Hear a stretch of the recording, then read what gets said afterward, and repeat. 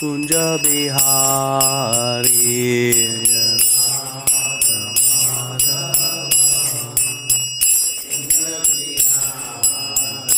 Jai Radha Madhav Kunj Bihari Madhav Kunj Bihari Jai Gopi Jan Vallabh Girivardhari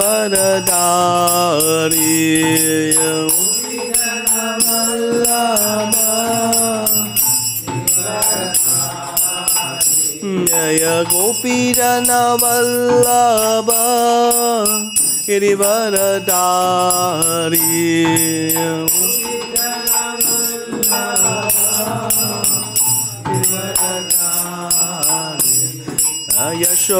Yashodanandan Braj Jan Ranjan Nandan Braj Jan Ranjan Yashodanandan Braj Jan Ranjan Nandan Braj Jan Ranjan Yamuna Tirah वनचारी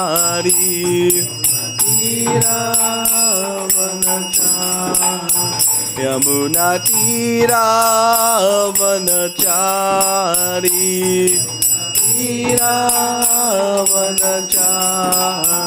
Jai Radha Madhav Kunj Bihari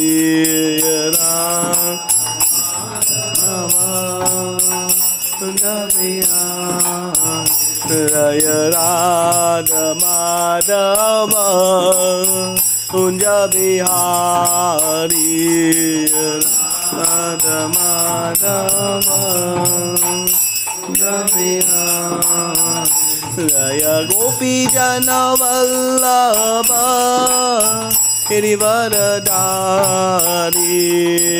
Gopi Jan Vallabh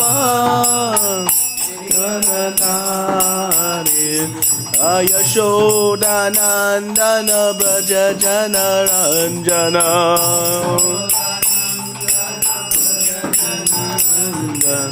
Yamuna Tirah वनचारी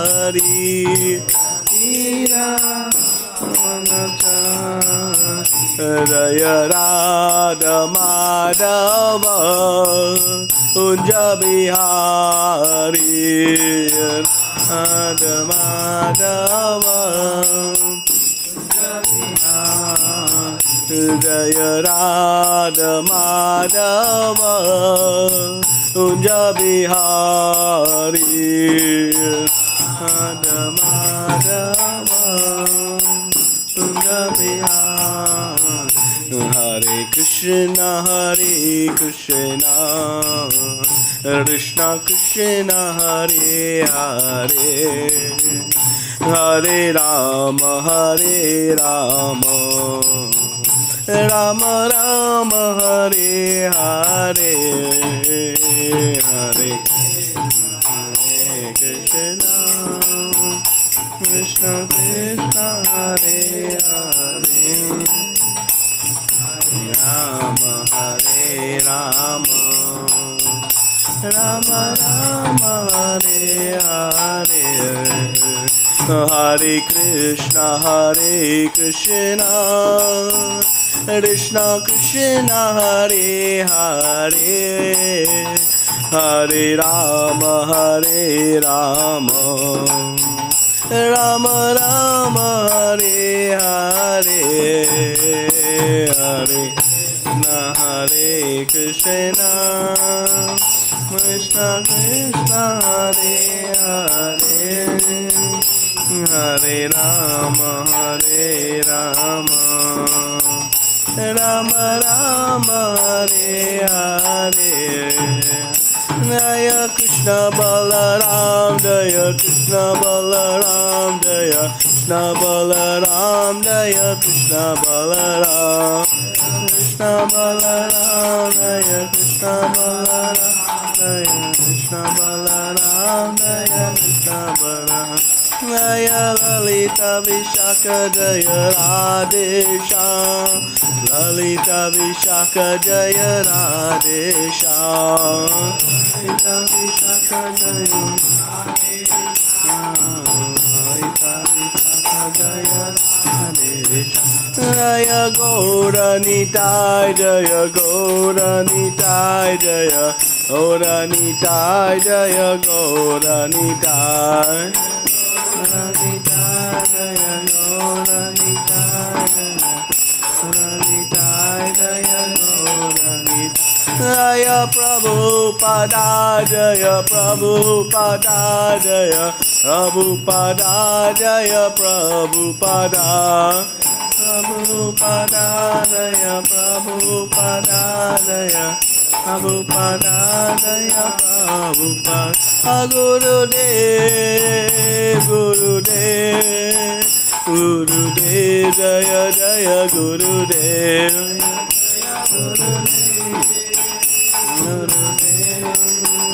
Gurudev Jaya Jaya Gurudev Nitai Gaura Haribo Haribo Haribo Nitai Gaura Haribo Nitai Gaura Haribo Haribo Nitai Gaura Haribo Om Vishnu Parpanam Hamsa Parivrajagacharya Stotra Shri Synonyms Bhaichanavinda Bhakti Vedanta Samishila Prabhupada Ki Om Vishnu Parpanam Hamsa Parivrajagacharya Stotra Shri Synonyms Bhakti Siddhanta Saraswati Goswami Maharaj Prabhupada Ki Ananta Koti Vaishnavinda Ki Samaveda Bhakti Vinda Ki Nitai Gaur Premanande all glories of Samudra all glories of Samudra all glories of Samudra all glories to Shishi Guru and Gauranga Om Namo Bhagavate Vasudevaya Om Namo Bhagavate Vasudevaya Om Namo Bhagavate Vasudevaya Hare Krishna. So today reading from chapter 18 of Bhagavad Gita, verse number 26, the perfection of renunciation. 26. They told me 26? 26. Yesterday. Yeah.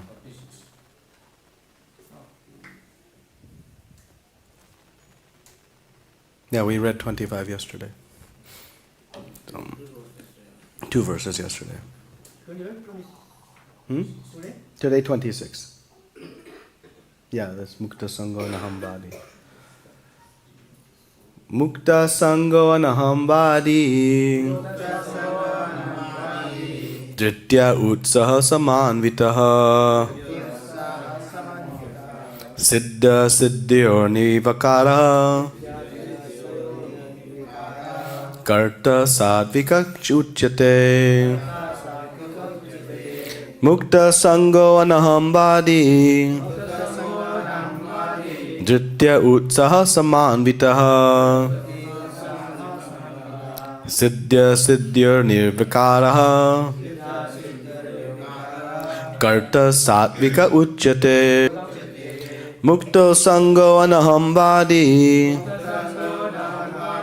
dhṛty-utsāha-samanvitaḥ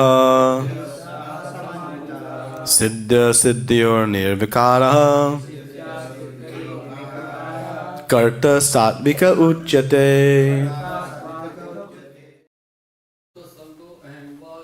Mukta-saṅgo anaham-vādī dhṛty-utsāha-samanvitaḥ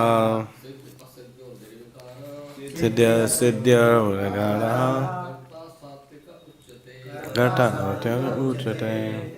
mukta-saṅgo nahaṁ-vādī dhṛti-utsāha-samanvitaḥ siddhi-asiddhyor nirvikāraḥ kartā sāttvika ucyate mukta-saṅgo nahaṁ-vādī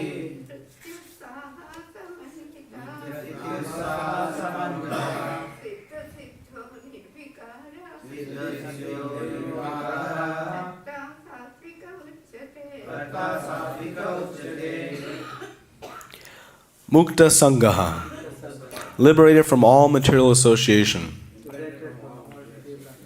Anaham-vādī, without false ego. Dhṛti, with determination. Ucyate, with great enthusiasm. Samanvitaḥ, qualified. Siddhi, in perfection. Asiddhyoḥ, and failure. Nirvikāraḥ, without change. Kartā, worker. Sāttvikaḥ, in the mode of goodness. Ucyate, is said to be.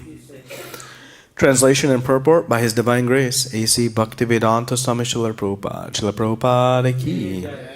One who performs his duty without association within the modes of material nature, without false ego, with great determination and enthusiasm, and without wavering in success or failure, is said to be a worker in the mode of goodness. Please repeat. One who performs his duty without association with the modes of material nature, without false ego, with great determination and enthusiasm, and without wavering in success or failure, is said to be a worker in the mode of goodness. Purport. A person in Krishna consciousness is always transcendental to the material modes of nature. He has no expectation for the result of the work entrusted to him, because he is above false ego and pride. Still, he is always enthusiastic till the completion of such work. He does not worry about the distress undertaken. He is always enthusiastic. He does not care for success or failure. He is equal in both distress and happiness. Such a worker is situated in a mode of goodness. Om Jnana Timirandasya Jnananjana Shalakaya Chakshuru Militam Yena Tasmai Shri Gurave Namaha Shri Chaitanya Manobishtam Stapitam Yena Bhutale Swayam Rupa Kadamayam Dadati Swapadantikam Vandeham Shri Guru Shri Yuta Padakamalam Shri Gurun Vaishnavamscha Shri Rupam Sagajatam Sahagana Raghunatam Vitam Tam Sajivam Sadvaitam Savadutam Parijana Saitam Krishna Chaitanya Devam Shri Radha Krishna Padan Sahagana Lalita Shri Vishakan Vitamscha Hey Krishna Karuna Sindhu Dina Bandho Jagatpate Gopesha Gopika Kanta Radha Kanta Namostute Apta Kanchana Gaurangi Radhe Vrindavaneshwari Vishabhanu Sate Devi Pranamami Hari Priye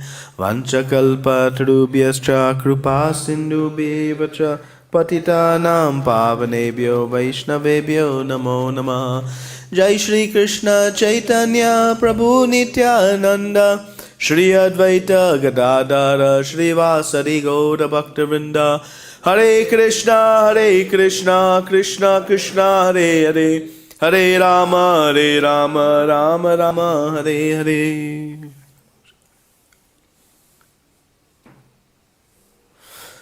Hare Krishna. So thank you for this opportunity to discuss this Bhagavad Gita. I have no qualification to speak in this wonderful assembly of Vaishnavas and Vaishnavis, but beg your blessings so that we can have a nice discussion today. Hopefully we can have some discussion. So this is, we're nearing the end of the Bhagavad Gita. This is the chapter entitled The Perfection of Renunciation. And so chapter 18 is a recap, just as chapter 2 is the executive summary of the Bhagavad Gita, in which all the contents are presented in chapter 2. And then Krishna begins to expand upon those from chapter 3 to 17, and now he is recapping. And that is the quality of a great speaker. They tell you what they're going to speak, they speak it, and then they tell you what they spoke. And that way we hope to have some absorption. And so this is the recap of the entire Bhagavad Gita. And in this section of chapter 18 is one of the longest chapters, as is chapter 2 in the Bhagavad Gita.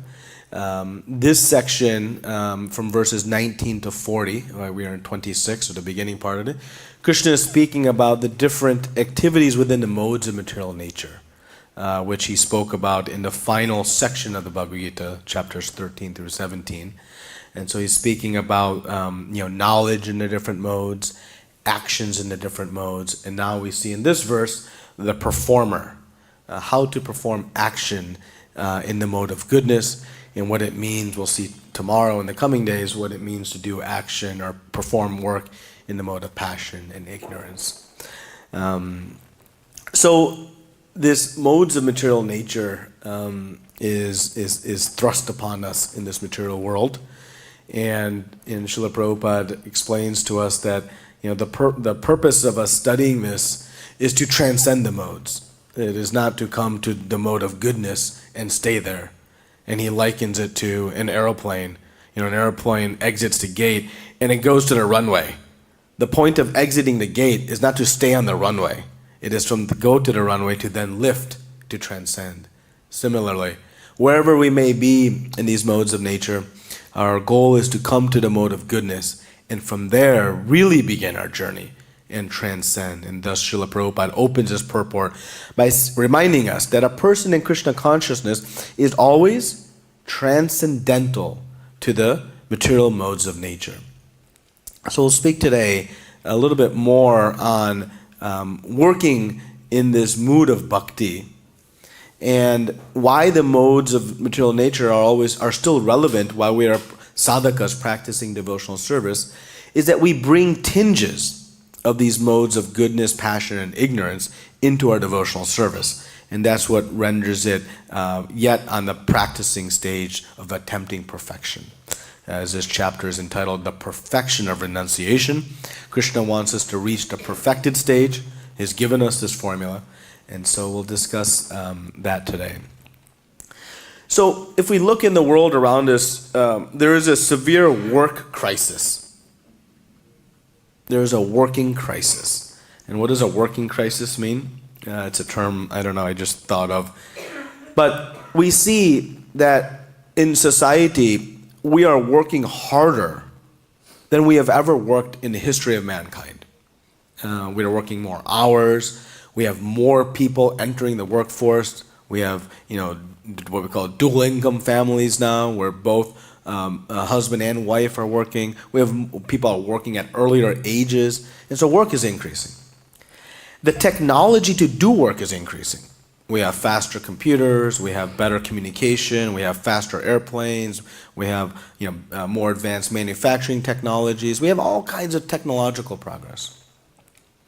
The globalization of the world is creating fair trade and all kinds of so-called efficiency. So the work from a material perspective we see is getting more and more efficient.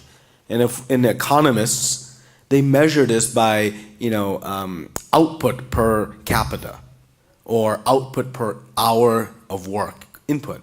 It's a formula. So we see from that measure we are working more. But what is the purpose of our work?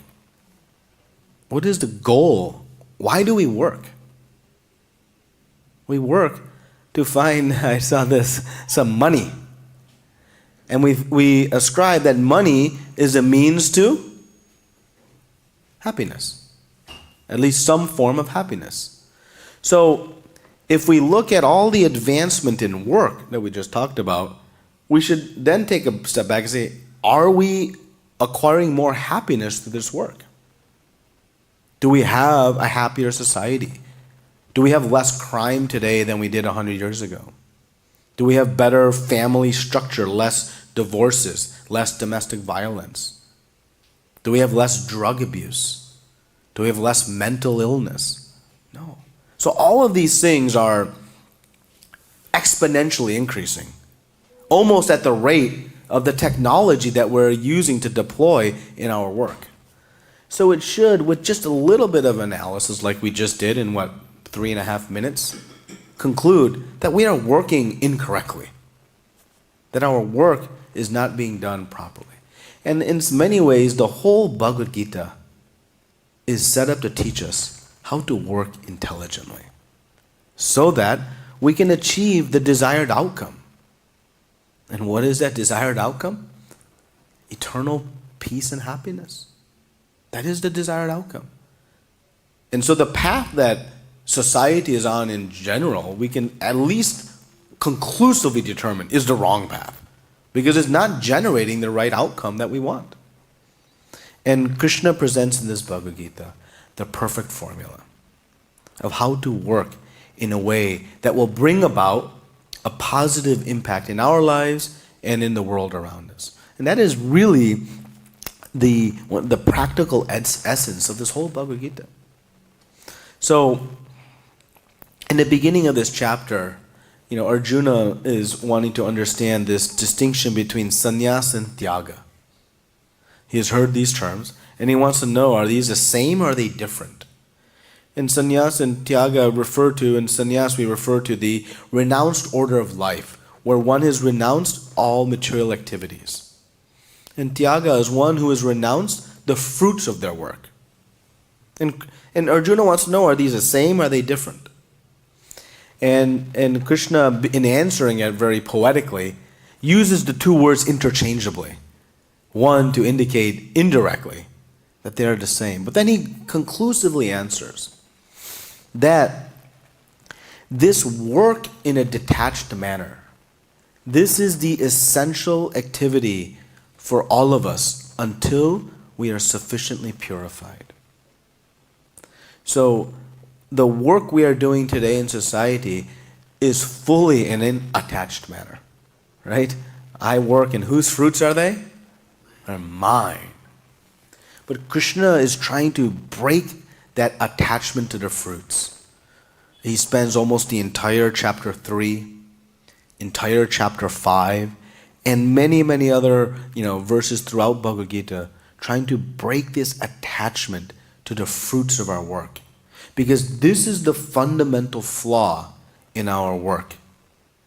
That until we work in a detached manner, will not purify the heart.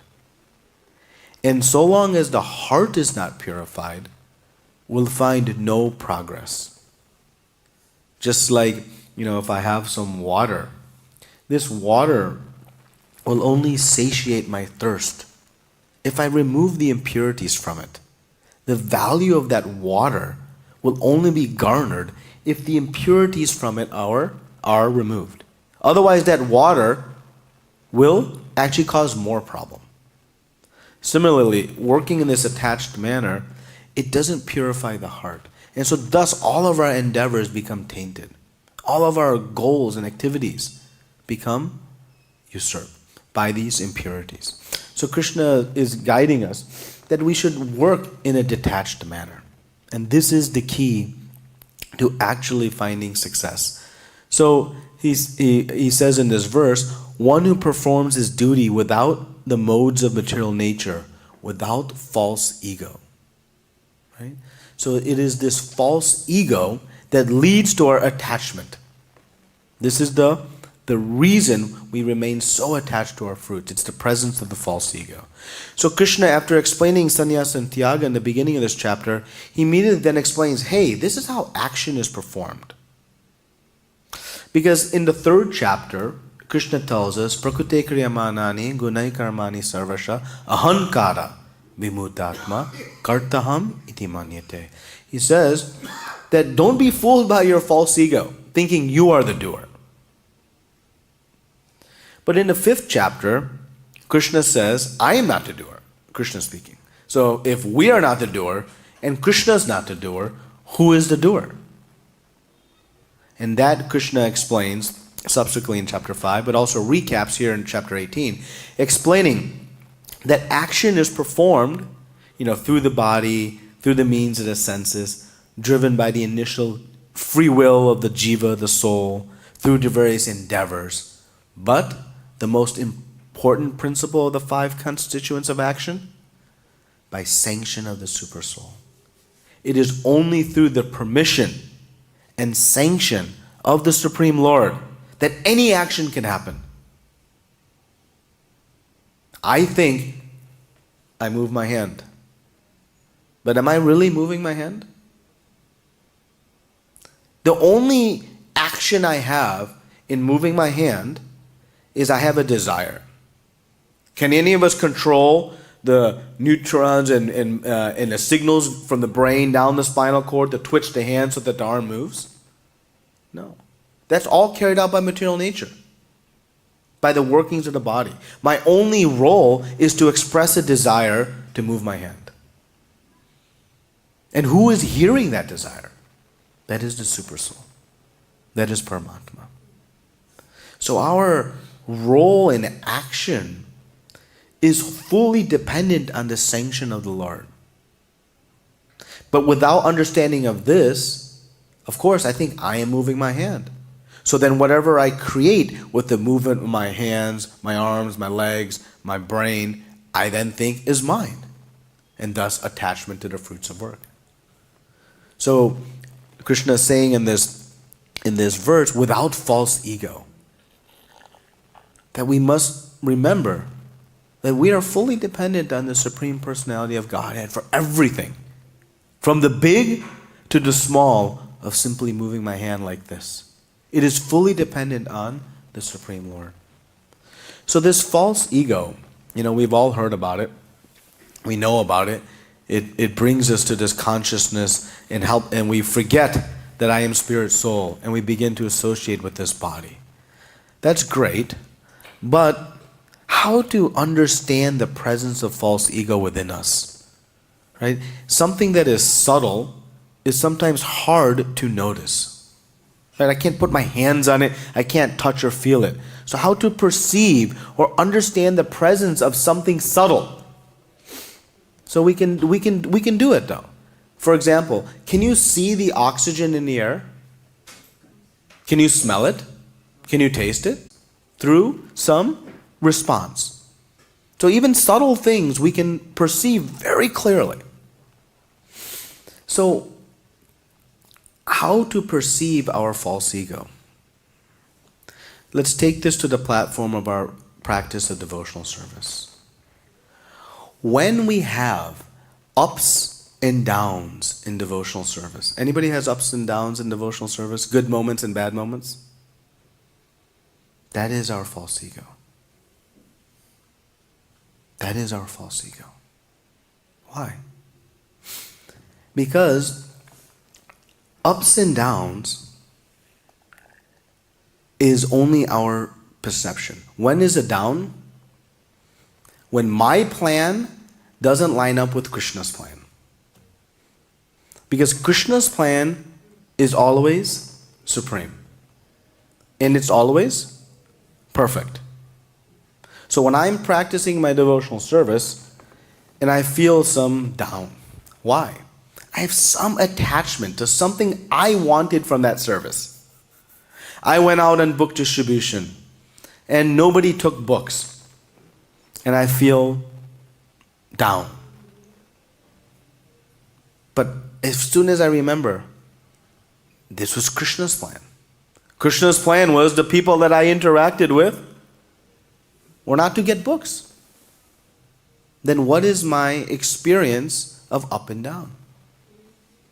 So when we experience these, roller coaster emotions and more the downs, it's a symptom of some false ego. The application of my plan and forgetting that Krishna's plan is supreme, that I am working for the Supreme Lord. So it's a way for us to diagnose the presence of this subtle thing, false ego, but yet very profound in our practice of devotional service. So we have to remove our plan from Krishna's plan, because Krishna's plan always is going to be the success story. So Krishna further explains in this verse, so we should be without false ego. Okay, I know I should surrender to Krishna's plan. Ultimately, He is the supreme doer. I am His dependent part and parcel. Okay, that I can at least logically start to work on. One of the questions is how to remain then determined, right? How to put great determination, yet detachment from the result. It is often the result that inspires us to action, right? It's the result of a promotion in the job that inspires my action to put forth great effort and to complete my work nicely. It is the result of a diploma that inspires my good study in school. Right? So it is the result that often inspires our action. But Krishna is saying that we should be determined with great determination, yet at the same time detached. So how to reconcile these two? How to bring these two together into our consciousness? So they are not actual contradictions. The seeming contradiction of that, again, is our false ego. Because we think that the result, which is not ours, should be my inspiration for action. But that is not what should be our inspiration for action. And simply if we understand that Krişṇa has given us extraordinary gifts of ability, whatever ability we have, it is a gift from the Supreme Lord. And one who appreciates that and understands that, then with intelligence will apply that gift in the service of the Lord, He who which gave that gift. Right? Just like a child in the home. A child in the home is the beneficiary of extraordinary gifts from mother and father. Shelter, food, love, protection, facilities, so many things.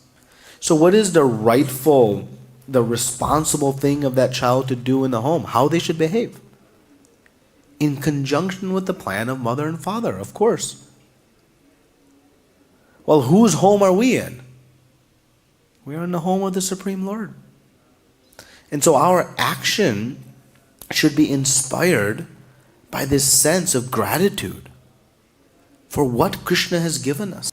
And that mood of whatever gifts I have, I should use it to its fullest ability in the service of the Lord. And if Krishna is happy, if Krishna is satisfied, then what will be my state?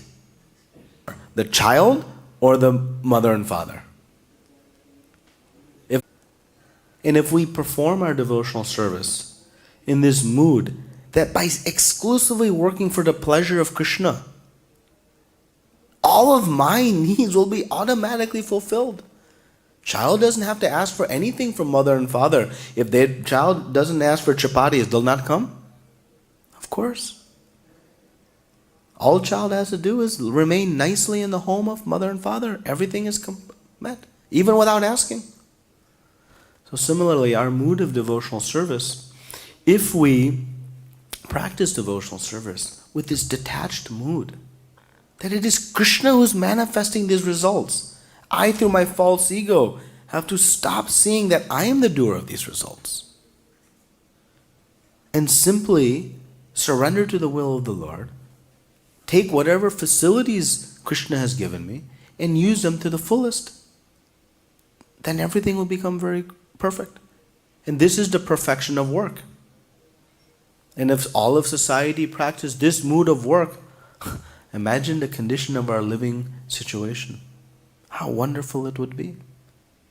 That is why during this month of book distribution marathon month, we're trying to get as many of these books out. Not to the renunciates in the forest. This chapter is perfection and renunciation. But this book is actually the perfection of how to work in the world and achieve real success. This is what the Bhagavad Gita teaches us. And if we share it far and wide, we can bring some real positive impact in society. So this detachment and determination, they're not mutually exclusive. We see the importance of determination. Let's talk a little bit about, Krishna says, determination and enthusiasm without wavering in success or failure. So this determination is very, very important to us. Rupa Goswami tells us in Nectar of Instruction, this ucyate dhṛti-utsāha-samanvitaḥ, tat karma pravartanat, sāṅgo-tyaga sato vitihi, sadbhaktir prasiddhyati.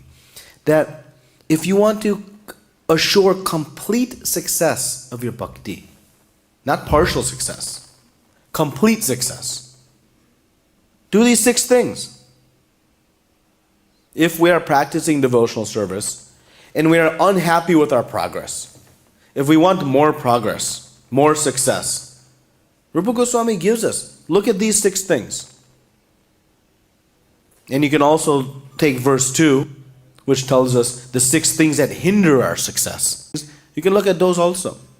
In these 2 verses, we get like the perfect formula how to actually rapidly progress in devotional service. But let's focus on the 6 favorable things for devotional service. So it's utsāha niśchay dharyat. Utsāha, Srila Prabhupada writes, is enthusiasm. He translates as enthusiasm. And in a purport, he defines enthusiasm very precisely. He says, enthusiasm means to endeavor with intelligence.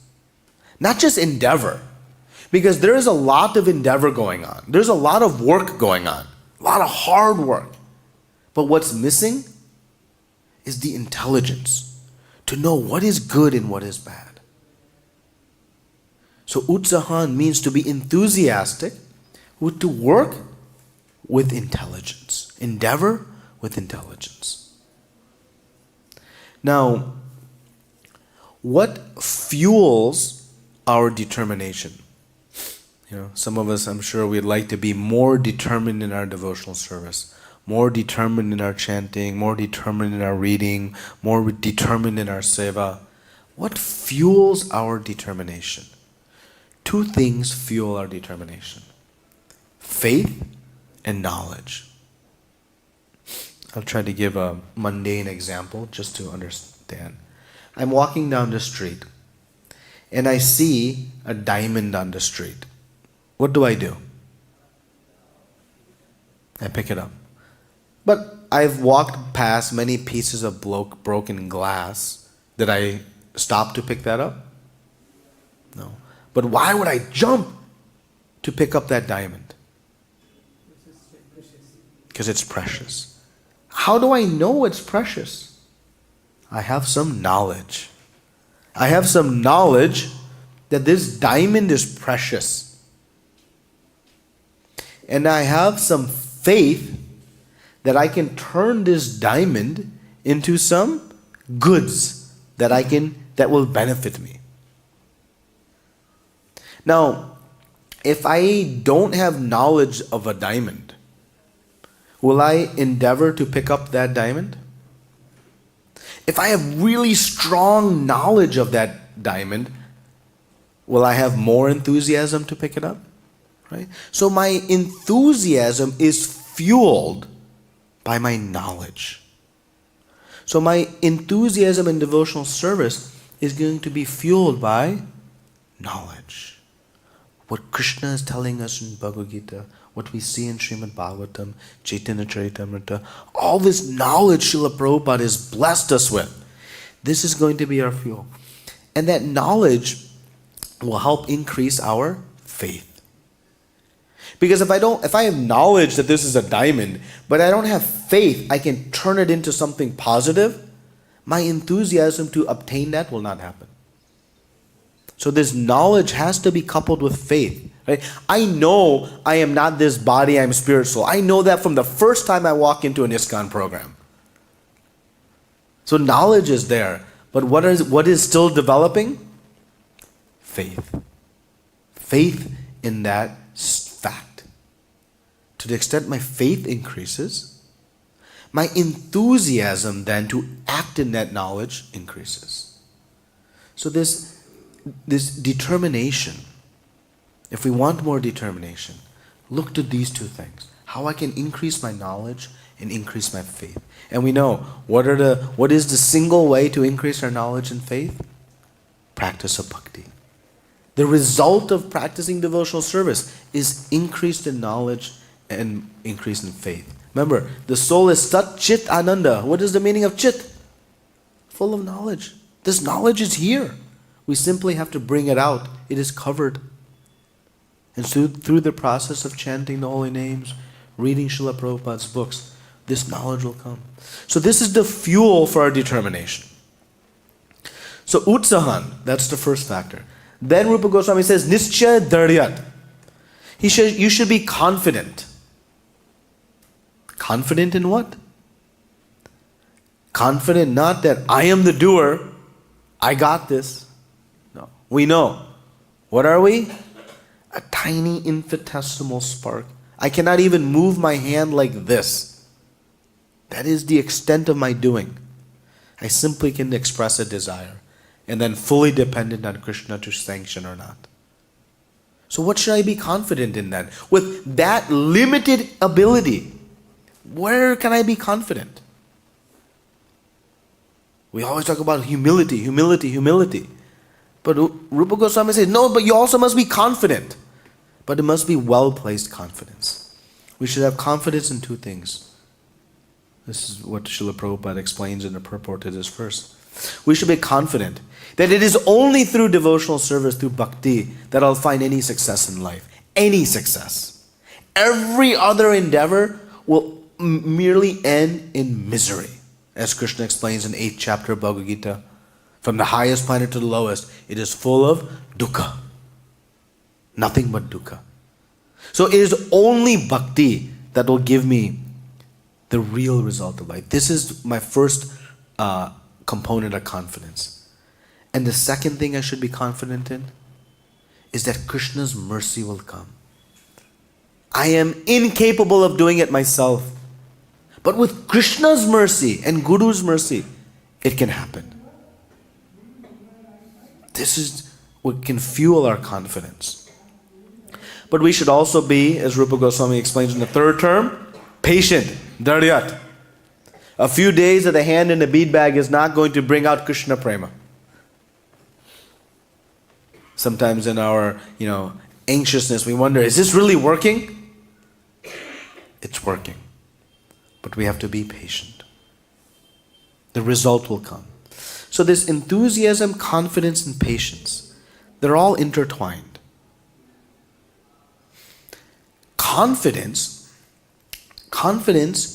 increases our enthusiasm. Right? If I'm confident this is the best path to be on, and I'm confident Krishna's mercy will come, then my determination will be fueled. So my determination will be increased. And what sustains my confidence, and my enthusiasm, what sustains my enthusiasm? Patience. Hey, the result will come. Just keep at it. Stay determined. Stay focused. So if we combine this formula works really, really well. And success, Rupa Goswami says, is assured. Of course, there's three other ingredients we must follow, including following in the footsteps of our previous acharya, satovritti. See, our acharyas, they present us with extraordinary examples of enthusiasm, determination, detachment from failure and success. Srila Prabhupada, his whole life story is an exemplification of this, this detachment from success and failure. His extreme determination. When we read in Prabhupada Lilamrita, particularly about the years leading up to his journey west, and even the first couple of years, it was met with setback after setback after setback, failure after failure after failure. But what didn't fail? Srila Prabhupada's enthusiasm, his determination to fulfill the order of his spiritual master. He had strong vyasvatmika buddhi, this fixed intelligence, fixed determination. Results were not coming. Results were not coming. But he remained determined. And what was Krishna's reciprocation to that determination? What we see today. We are the beneficiary of extraordinary reciprocation. So we study and we see, those last 10 years of what an explosive, exponential success of Srila Prabhupada's gift to all of us. But let us remember, what example he showed for all of us in those years leading up to it. And even during that success, there were so many opportunities for him to just say, I can't do this anymore. So many challenges. But Srila Prabhupada was determined to be successful. And many other great acharyas. I particularly was fond of the pastime of Narottam Das Thakur. This question came up a couple of days ago in Bhagavatam class about, do we need guru in our life to achieve perfection? Do we need to take initiation in one of the bona fide sampradayas? And immediately my thought came to Narottam Das Thakur. Narottam Das Thakur received a gift that is almost incomprehensible. Chaitanya Mahaprabhu, we know, in his ecstatic mood, was shedding tears of love that were collected by Lord Nityananda. And Chaitanya Mahaprabhu preserved those tears of love, Krishna Prema, and he kept it. For who? Narottam Das Thakur. He deposited them into the river, the Padma River, and said, you hold this. Chaitanya Mahaprabhu was yelling out, Narottam, Narottam, Narottam. But nobody knows, who is this Narottam? Anybody? He wasn't there. He was still to come many years later. Chaitanya Mahaprabhu knew he was coming. He's the Supreme Lord. And he deposited this Krishna Prema and said, you hold it. And when Narottam comes to take bath in your river, you bestow upon him this Krishna Prema. And when he did, he turned into this golden complexion. Narottam did. So he achieved perfection. He achieved Krishna Prema. Chaitanya Mahaprabhu explains Chaitanya Charitamrita. This is the greatest of what one can accomplish. There's nothing beyond this that one can acquire. So if you're Narottam Das Thakur, you think, got it, I'm good. But when Chaitanya Mahaprabhu came into his dream and told him, you go to Vrindavan, you take shelter, and you take initiation from Lokanath Swami. Narottam Das Thakur began immediately running from current day Bangladesh to here, Vrindavan. How far of a journey is that? Much further than whatever journeys we took to come here. We complain about a middle seat in a plane or having to do a couple of layovers or this, that, and delay. Narottam Das Thakur is walking through dense jungles and forests. And he is not walking, he is running to take shelter of Guru. He's already achieved Krishna Prema. But his determination was unfazed. And when he approached Lokanath Swami, he quickly gave him initiation. Wow, how qualified of a shishya Narottam Das Thakur was. He could find a more qualified disciple? No. He didn't give. And so what did Narottam Das Thakur? I tried, I did my best. I fulfilled the order, but he said no. Oh well, I have Krishna Prema, I'm good. No, he remained determined. And through rendering a menial service, unbeknownst to his aspiring Gurudev, he finally convinced him to give him initiation. You see Narottam Das Thakur's enthusiasm, determination. I paraphrase this long story. There's so many challenges he faced along the way. But it gives an idea, though he had already achieved Krishna Prema, how much enthusiasm he had. So by studying these acharyas of ours, following in their footsteps, sattva-vatihi, it can help us remain determined, inspired to continue on, detached from success or failure, and not let this false ego get in the way of our determined practice of devotional service. This is the perfection of work. This is the perfection of how one will find complete success in life. Free of false ego, with great determination. Success or not, remember, Krishna's plan is always success. Whenever there is failure, it is only, I have presented my plan that failed. But Krishna's plan always succeeds. So when we experience that up and down, ding, ding, ding, ding, ding, false ego. That is the subtle false ego entering into our service. Remember, that failure is Krishna's great plan. Krishna's plan is better than my plan. And have faith and stay determined, and then we'll all have success in following the instructions Srila Prabhupada has given all of us. Thank you very much. Srila Prabhupada ki jai. Can we have some discussion? Any comments, corrections, clarifications, questions?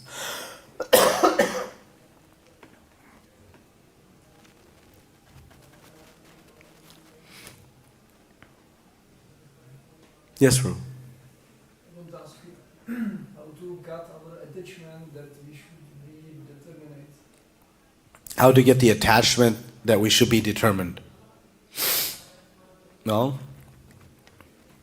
We know it in principle now, and so how to fuel that. This is the power of association. Srila Prabhupada was once asked, Srila Prabhupada, how do I become a good devotee? He says, well, if you want to be a drunkard, associate with drunkards. And if you want to be a good devotee, associate with good devotees. So try to find association with those devotees who have this enthusiasm, this determination. And association is not a passive physical proximity in the midst of devotees.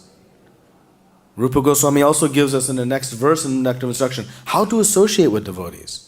It should be an active exchange of inspiration to see how this devotee is nicely serving and to become inspired by. Instead, sometimes in the mood of envy, which we'll see in a couple verses, we begin to bring that person down. Instead of being inspired by some devotee's greatness, we try to find a flaw or a fault. Let us not lose that valuable opportunity for us. So association is a powerful means to develop that strong attachment to determination. In addition to, again, our devotional service will bring out this purification of the heart. Remember, we have this intense attachment to Kṛṣṇa, and it is lying dormant in our heart. It is not something new we are trying to acquire. That is the intrinsic quality of each and every one of us. But that attraction has become covered by all of our anarthas. Just like that diamond example. If it is stuck in the mud, will it shine in luster? No. But the ability of that diamond to shine in luster is unchanged. I just have to remove the mud. So similarly, our attachment, it's there. We just have to cheto darpana marjanam, cleanse the heart through good chanting. So good chanting, association, reading Srila Prabhupada's books, these things will increase our determination. Thank you. Any other comments or questions?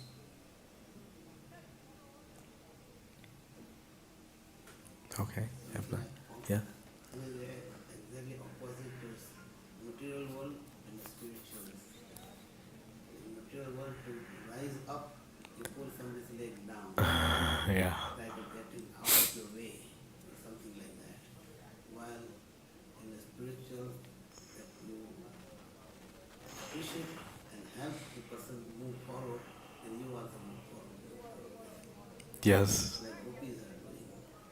They try to push Radharani to Krishna because they know that Krishna likes Radharani more.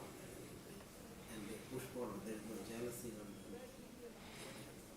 Yeah, so those of you who could not hear that, the comment was, the material world and spiritual world are opposite. Like Krishna explains in the 15th chapter, right? The material world is a reflection.